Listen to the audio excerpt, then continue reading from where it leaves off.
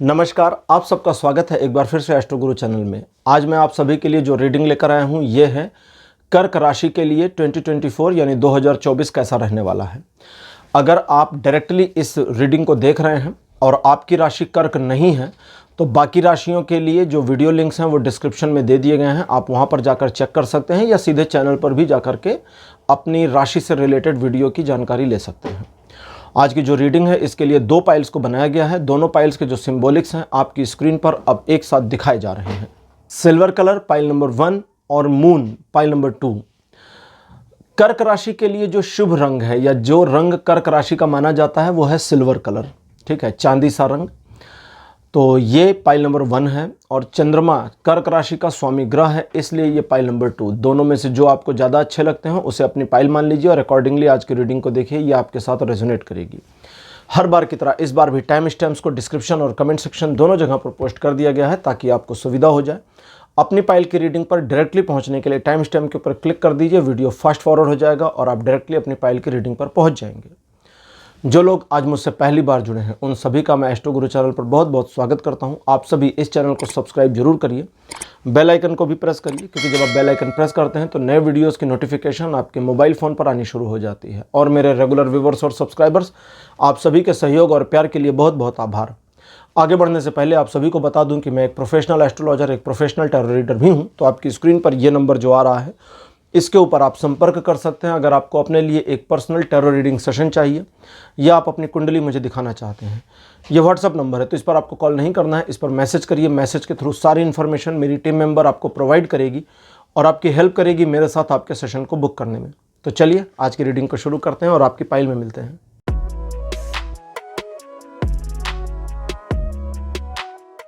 Hello pile number 1, आप सबका स्वागत है आपकी रीडिंग में। आपने सिल्वर कलर को चूज़ किया था, मेरे बगल में सिल्वर कलर की फोटोग्राफ लगा दी गई है। चलिए आज की रीडिंग को शुरू करते हैं और देखते हैं कि आपके लिए 2024 कैसा होगा, टैरो से क्या गाइडेंस और इन्फॉर्मेशन आती हैं। कार्ड नंबर 1 आपके लिए है night of swords. Second position पर आपके लिए है page of cups. Card number 3 आपके लिए है 4 ऑफ कप्स। फोर्थ पोजीशन पर आपके लिए 2 ऑफ कप्स और आपके लिए अंतिम कार्ड मेरे पास अपीयर हुआ है 5 ऑफ वॉन्ड्स। ये 2024 आपको आपके हर एक संघर्ष में अंततः सफलता दिला ही देगा और सफलता दिलाए बिना आपको छोड़ेगा नहीं। अगर आप सफलता की राह से पीछे हटने की कोशिश नहीं करते हैं तो, लेकिन अगर आपने खुद अपने कदम पीछे खींच लिए तो फिर ये आपकी अपनी जिम्मेदारी है, अपनी गलती है, इसमें कोई कुछ नहीं कर सकता। ये 2024 आपके लिए कई मायनों में बहुत अच्छा, सोफिस्टिकेटेड, तरक्की करने योग्य और आपके जीवन को और बेहतर पोजीशन पर ले जाने में सफलतापूर्वक मदद करेगा। जिन लक्ष्यों को हासिल करने को लेकर के आपके पुराने प्रयासों में आपने विफलता, असफलता अर्जित करी है, उन्हीं लक्ष्यों को प्राप्त करने की दिशा में किए गए प्रयासों में इस वर्ष आपको सफलता जरूर मिल जाएगी, लेकिन ये सफलता थोड़ी सी लेट मिल सकती है, डिले हो सकता है। तो वो जो डिले का मामला है, लेट होने का मामला है, उससे घबराना नहीं है, बस अपने लक्ष्य को प्राप्त करने की दिशा में बने रहिए। इस 2024 में कुछ एक ऐसे मामले आएंगे जो कि अप्रॉक्सीमेटली मार्च से लेकर के जून के आसपास में, मार्च, अप्रैल, मई, जून, इन 4 महीनों में मिल सकते हैं। इसमें सिचुएशन ये होगी कि आपका अपना आत्मबल, आपका अपना आत्मविश्वास थोड़ा सा नीचे आ जाएगा। आपके कॉन्फिडेंस के गिरने की वजह से आप थोड़ा सा डिमोटिवेट हो जाएंगे, डिमोरलाइज हो जाएंगे और इसकी वजह से आपको थोड़ी निराशा का अनुभव होगा। लेकिन अगर आप इस निराशाजनक परिस्थिति से निकलना चाहते हैं तो मार्च से लेकर के जून तक के महीने में, ये जो 4 महीने हैं, इस दौरान में आप सिर्फ अपने ऊपर और ईश्वर के ऊपर विश्वास रखें। जो कार्य आपके सामने है उसमें अपना रोल प्ले करें, अपना जो योगदान है वो दें बस, और चीज़ें आपके अकॉर्डिंग मूव हो करके बेहतर हो जाएंगे। रिलेशनशिप में ये साल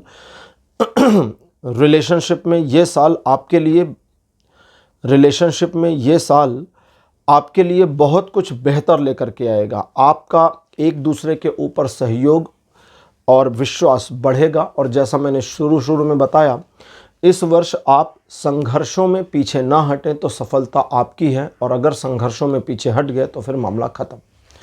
तो ये था एक नज़र में आपका 2024 कैसा रहेगा। अब लेते हैं ओशो ज़ेन कार्ड्स और देखते हैं कि लाइफ के अलग अलग एस्पेक्ट पर ओशो ज़ेन कार्ड्स की क्या इन्फॉर्मेशन आपके लिए है।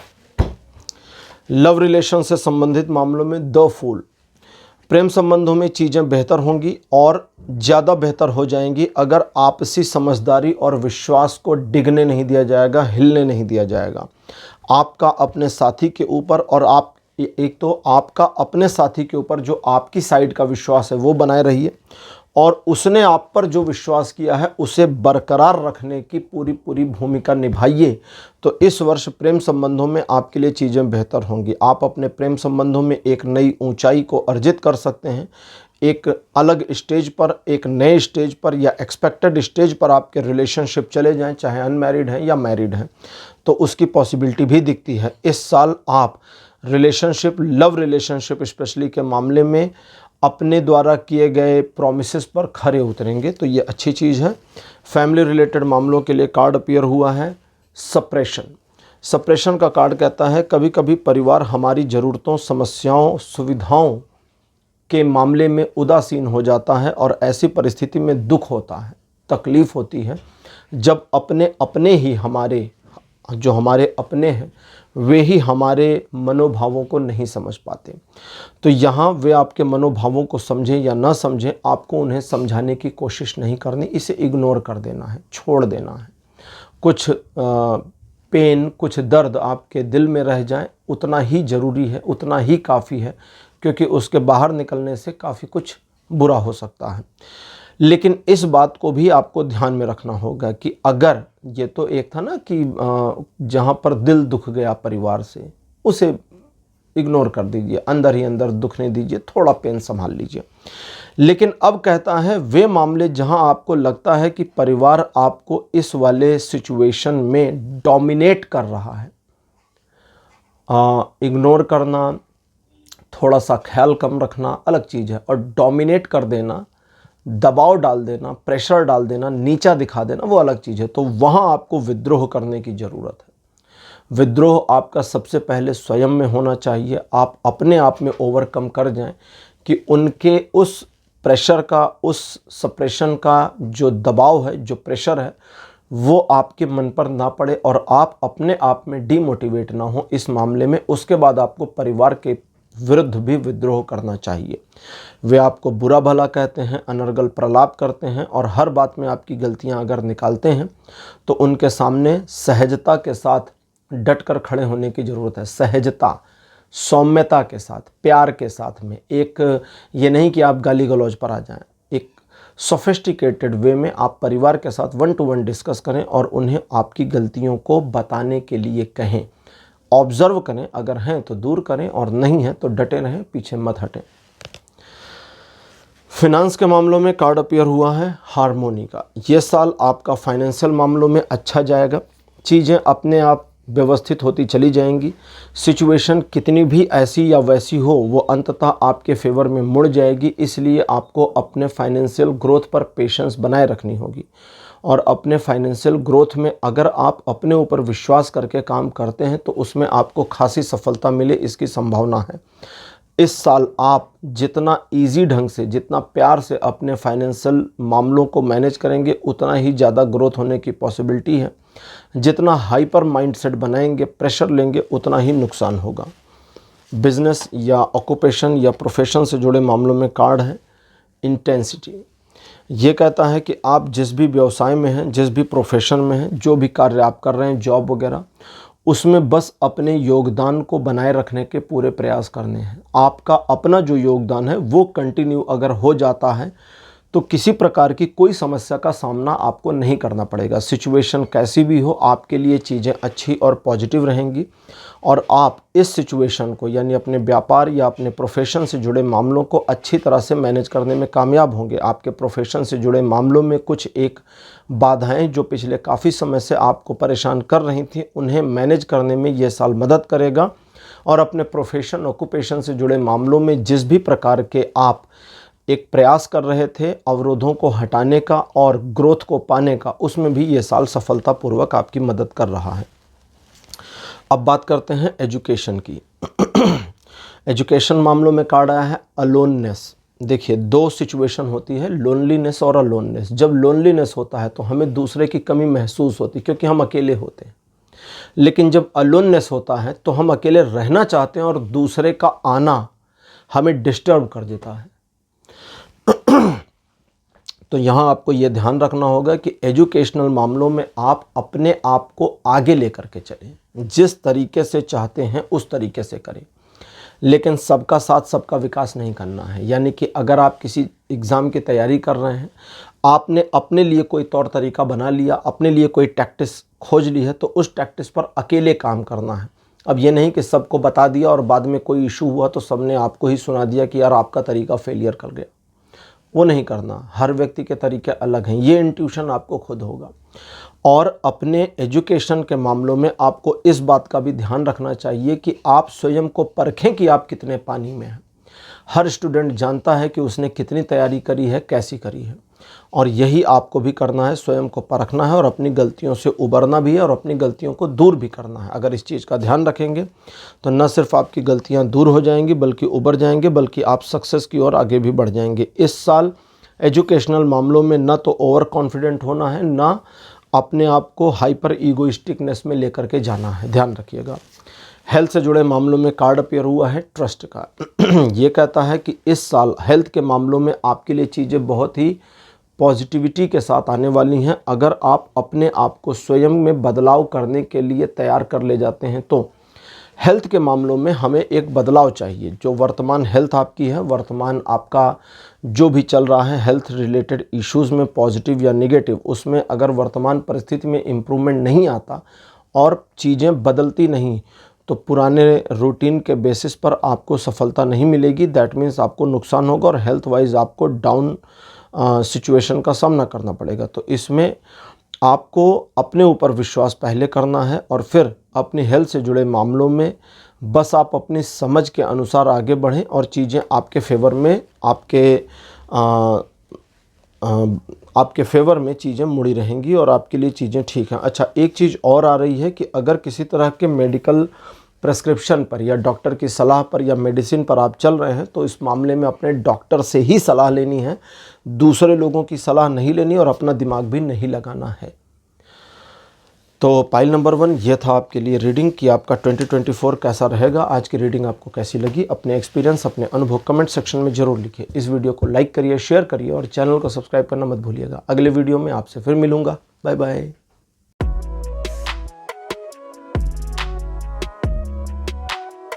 हेलो पाइल नंबर 2, आप सबका स्वागत है। आपकी रीडिंग में आपने मून यानी चंद्रमा को चुना था। मेरे बगल में मून की फोटोग्राफ लगा दी गई है। चलिए आज की रीडिंग शुरू करते हैं और देखते हैं पाइल नंबर 2 आपका 2024 कैसा रहने वाला है, आपके लिए क्या गाइडेंस आ रही है।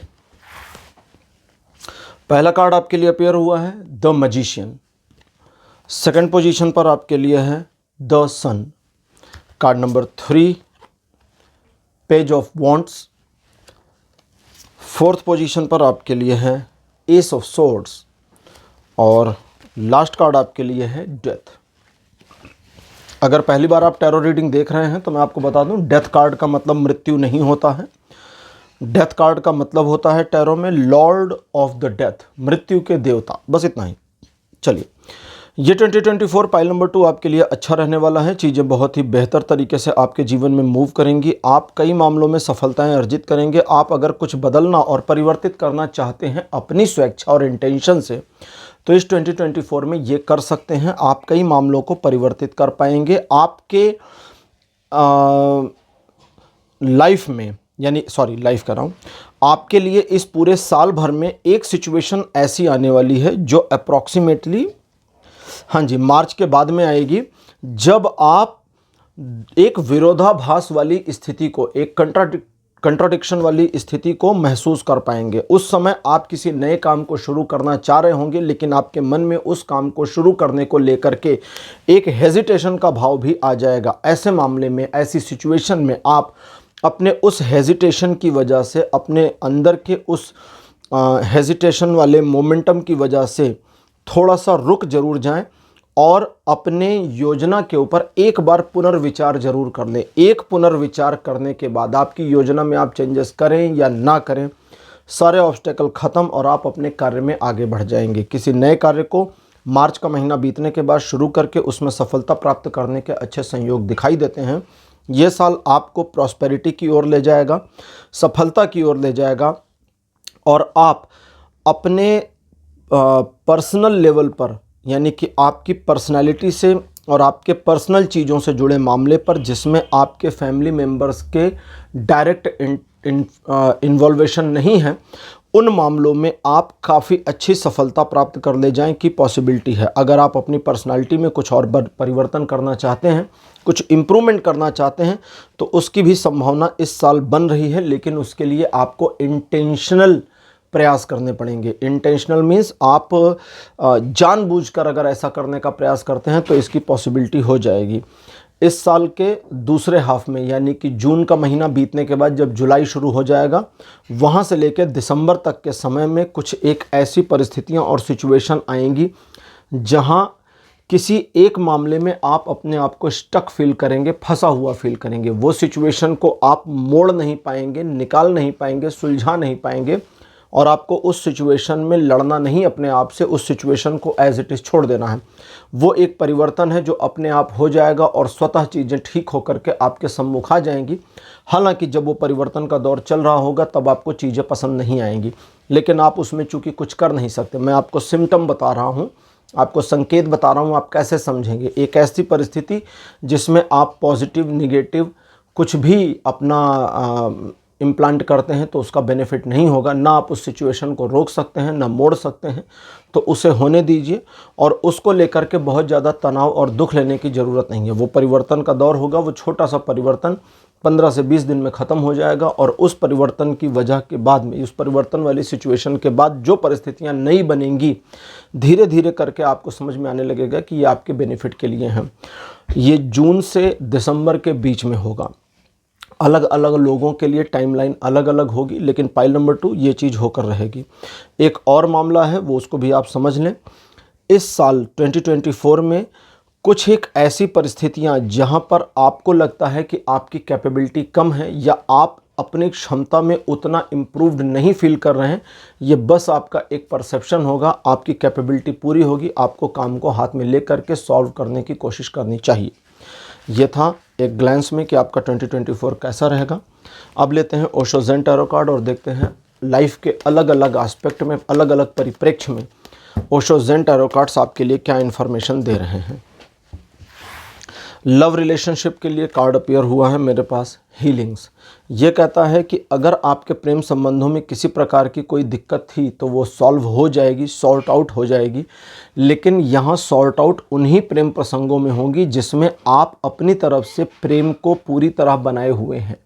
अगर आपकी साइड से प्रेम ख़त्म हो गया है तो ऐसे मामलों में चीज़ें थोड़ी सी एडजस्ट हो जाएं, नेगोशिएट हो जाएं की पॉसिबिलिटी है बस। लेकिन अगर आपके दिल में अभी भी पार्टनर के लिए प्यार है तो उस प्यार में और ज़्यादा निखार आ जाए और आप दोनों के बीच की गलतफहमियां या दूरियां कम हो जाए, ख़त्म हो जाए की संभावना है। एक टूटे हुए प्रेम संबंध में, टूटा हुआ प्रेम संबंध वो नहीं होता है जिसमें आपका लवर या आपकी लवर किसी और के साथ कनेक्ट होकर चली गई या चला गया। टूटा हुआ संबंध हम उसे कहते हैं जहां दोनों के बीच मनमुटाव आकर के सेपरेशन हो गया है। अभी दोनों अपनी राह पर अलग अलग नहीं बढ़े हैं, बस एक गैप बन गया है। तो उस टूटे हुए संबंध में पुनः सुधार होने की संभावना बहुत अच्छी दिख रही है और इस साल आपको अपने साथी के ऊपर बहुत ज़्यादा प्यार आ जाए और उसकी केयर या परवाह आप पहले से अधिक करने लगें की संभावना भी बनी हुई है। फैमिली से रिलेटेड मामलों में कार्ड अपीयर हुआ है पॉलिटिक्स। ये कहता है कि परिवार आपकी अपनी निजी संपत्ति है, परिवार ही आपकी पूंजी है। परिवार के बगैर आप अपने अस्तित्व को सही तरीके से एक्सप्लेन नहीं कर सकते। इसलिए परिवार के प्रति अपनी संवेदनाओं का ध्यान रखते हुए कुछ एक मामलों में वो चीज़ें करें जो परिवार चाहता है कि आप करें। कभी कभी परिवार कुछ और चाहता है, हम कुछ और कर रहे होते हैं। कभी कभी परिवार चाहता है कि हम सिर्फ उनकी बातों को सुन लें, ज़रूरी नहीं हम माने, परिवार इसकी परवाह नहीं करता कि आप उनकी बात मान लीजिए, लेकिन जब डिस्कशन हो रहा है तो वो चाहते हैं आप उनकी बात को सुने, सिर्फ सुने, उसी समय आर्ग्यू ना करें।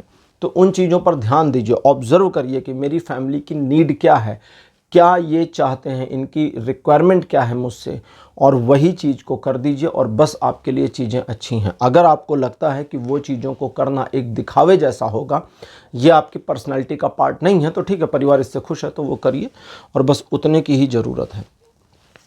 फिनेंशियल मामलों में कार्ड अपीयर हुआ है शिज़ोफ्रेनिया। ये कहता है कि एक ऐसी कंडीशन जहां आपको फाइनेंशियल लॉस होने का एक फियर आ जाए, डर बैठ जाए मन में कि मेरा जो आर्थिक है नुकसान हो सकता है, और उस डर की वजह से आप क्रोनोलॉजिकल डिसीज़न लेने लगें, घटनाओं को अपने दिमाग में चलाना शुरू कर दें और उनकी वजह से आप ऐसे निर्णय ले लें जो सचमुच आपको फाइनेंशियल लॉस की ओर ले जाएं।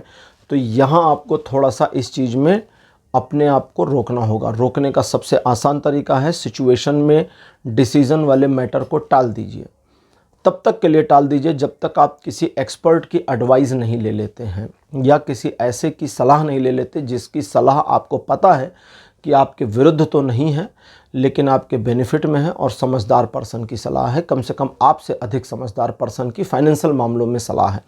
तो ये चीज़ें अच्छे से मैनेज होंगी। और वो मामले जहाँ पर आपको अपने फिनेंशियल गोल्स या आपके फिनेंशियल मामले जहाँ खोते हुए नज़र आ रहे थे, वहाँ आपका अपना एफर्ट इस बार इस साल चीज़ों को मैनेज करके सुचारू रूप से बनाए रखने में पूरा सहयोग देने वाला है। ऑक्यूपेशन से जुड़े मामलों में कार्ड आया है द मास्टर।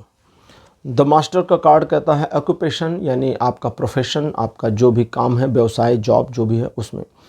ऑक्यूपेशन का कार्ड कहता है कि अगर आप सिर्फ अपने आप को पहचानने का काम कर सकते हैं, नोइंगनेस में चले जाते हैं और आप समझते हैं कि मैं क्या हूँ, मेरी कैपेबिलिटी क्या है, मैं कितना कर सकती हूँ, कर सकता हूँ और मैं कितना कर रहा हूँ और मुझे अभी और क्या क्या किस तरह से करना है, सिर्फ अपने पार्ट पर, अपने रोल पर अगर आप पूरा ध्यान दे दें तो चीज़ें अकॉर्डिंगली मैनेज हो जाएंगी और आप अपने प्रोफेशनल, अपने ऑक्यूपेशन, अपने बिजनेस, जॉब वाले मामलों में ना सिर्फ सेल्फ सेटिस्फाइड हो जाएंगे बल्कि दूसरे भी आपसे संतुष्ट होंगे। ग्रोथ की पॉसिबिलिटी बहुत अच्छी है, लेकिन आपको जल्दबाजी में अपने प्रोफेशनल से जुड़े मामलों में कोई डिसीज़न नहीं लेना है। अगर जॉब चेंज के बारे में पिछले काफ़ी समय से सोच रहे थे तो 2024 उसके लिए सबसे बढ़िया साल है और आपको बिल्कुल इस चीज़ पर ध्यान देने की ज़रूरत है। सिचुएशंस आपके फेवर में रहेंगी, लेकिन बस आप जल्दबाजी में कोई भी फैसला ना करें। एजुकेशनल मामलों में कार्ड अपीयर हुआ है एबेंडेंस। एबेंडेंस का कार्ड कहता है कि एजुकेशनल मामलों में चीज़ें आपकी समझ और आपके कंट्रोल के अंदर हैं, यानी नियंत्रण के अंदर हैं, लेकिन उस नियंत्रण को आप सही ढंग से इस्तेमाल नहीं कर पा रहे, इस वजह से आप तकलीफ़ में हैं या परेशान हैं। कहने का मतलब ये कि सारी चीज़ें आपके पास हैं, रिसोर्सेज पूरे आपके पास हैं, अभी आप उन रिसोर्सेज को मैनेज करके अपने एजुकेशनल फील्ड में, अपनी स्टडी के फील्ड में सेटिस्फैक्ट्री लेवल नहीं पा रहे हो तो फिर गलती आपकी है, आपको इस पर ध्यान देना चाहिए। कई सारे डिस्ट्रैक्शंस हैं जो आपको परेशान करते हैं, आप उनके बारे में मल्टीपल बार सोच चुके हैं कि आपको इन डिस्ट्रैक्शंस से मुंह मोड़ना है, बंद करना है और अपनी स्टडी, अपने एजुकेशन पर ध्यान देना है, लेकिन ये चीज़ें आपसे छूट नहीं रही। आप कई बार सोचते हैं कि धीरे धीरे इनसे आप अपना ध्यान हटाएंगे, तो धीरे धीरे ध्यान हटता नहीं, आपको एक bag sudden on off sudden situation को छोड़ना होगा। ये वैसा ही मामला है जैसे अगर हम किसी एक काम में बिजी हैं और उससे बढ़िया कोई मज़ेदार काम दूसरा हमारे सामने आ जाए तो पहले काम की महत्ता गौण हो जाती है, कमतर हो जाती है। तो ऐसे आप अपनी स्टडी, अपने एजुकेशन को प्राइमरी लेकर के चले जाएं, मेन स्ट्रीम अपना बना लें और दूसरी चीज़ों को इसके बाद, यानी आपकी पढ़ाई लिखाई का जितना भी टाइम आपने निर्धारित किया है उसके बाद बाकी मस्ती का टाइम रखें तो बेहतर होगा। अगर आप उल्टा करेंगे कि पहले मैं मौज मस्ती कर दूं फिर पढ़ाई करूंगा, तब गड़बड़ हो जाएगी। यही चीज़ का ध्यान रखना है, क्योंकि वो मौज मस्ती वाले मामले में सिचुएशन ऐसी होगी जो कि समय का या तो भान नहीं रहने देगी कि कितना टाइम निकल गया, या अधिकतर समय मौज मस्ती में ही बीत जाएगा।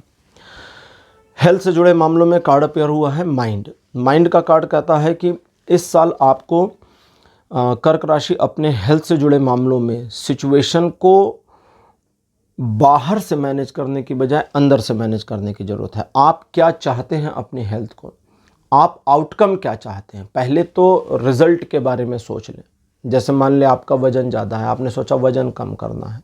बहुत लोग सोचते हैं वज़न कम करना है, कितना कम करना है, इसका एक सेट पैरामीटर बना लें। हमें 10 किलो कम करना है, 15 किलो कम करना है, 5 किलो कम करना है, एक पैरामीटर बनाएं। और जो पैरामीटर बनाया कि इतना कम करना है, उसे अचीव करने के लिए, फिर वो टारगेट हो गया ना, उसे अचीव करने के लिए काम करिए। जो आपके मन में बहुत सारी हौच पौच चलती रहती है, बहुत सारे विचार चलते रहते हैं, उन विचारों को हटाइए। 1-2 रूटीन्स को फॉलो कर लीजिए। जैसे मान लीजिए कोई आपने सोचा कि मैं फला फला एक्सरसाइज कर लूँ और थोड़ा डाइट पर कंट्रोल कर लूँ तो ये हो जाएगा, तो बस उतने की ज़रूरत है। अब एक बार आपने फला फला एक्सरसाइज शुरू करी तो फिर अब इंटरनेट पे सर्चिंग मत करिए कि मुझे दूसरी मिल जाए, तीसरी मिल जाए, उसकी मिल जाए, इनकी मिल जाए, फला ने क्या कहा, उन्होंने क्या कहा, वो छोड़ दीजिए उसको। ठीक है, हर एक की मत सुनिए, अपने दिमाग को कूड़ा घर मत बनाइए सारी चीज़ें सुन सुनकर, सारी चीज़ें जान कर। अगली चीज़ है, हेल्थ से रिलेटेड मामलों में आपका सेल्फ डाउट भी आपको परेशानी में डाल सकता है, इसलिए थोड़ा सावधान रहें। अगर आपकी उम्र 50 वर्ष से अधिक हो गई है और आपने पाइल नंबर 2 चूज़ किया है तो 2024 में हेल्थ वाइज चीज़ें थोड़ी सी आपके लिए कॉम्प्लेक्स हो सकती हैं, इसलिए आप अपने जो डॉक्टर का सजेशन है, सलाह है, प्रेस्क्रिप्शन है, उसे फॉलो करें, ये ज़्यादा अच्छा रहेगा। इस साल हेल्थ वाले मामलों में आप बहुत ज़्यादा तो अचीव नहीं कर पाएंगे, लेकिन समझदारी से काम करेंगे तो ही अचीवमेंट अच्छी मिल पाएगी। तो पाइल नंबर 2 ये था आपका रीडिंग कि 2024 आपके लिए कैसा रहेगा। आज की रीडिंग आपको कैसी लगी, अपने एक्सपीरियंस, अपने अनुभव कमेंट सेक्शन में ज़रूर लिखिए। इस वीडियो को लाइक करिए, शेयर करिए और चैनल को सब्सक्राइब करना मत भूलिएगा। अगले वीडियो में आपसे फिर मिलूँगा। Bye bye.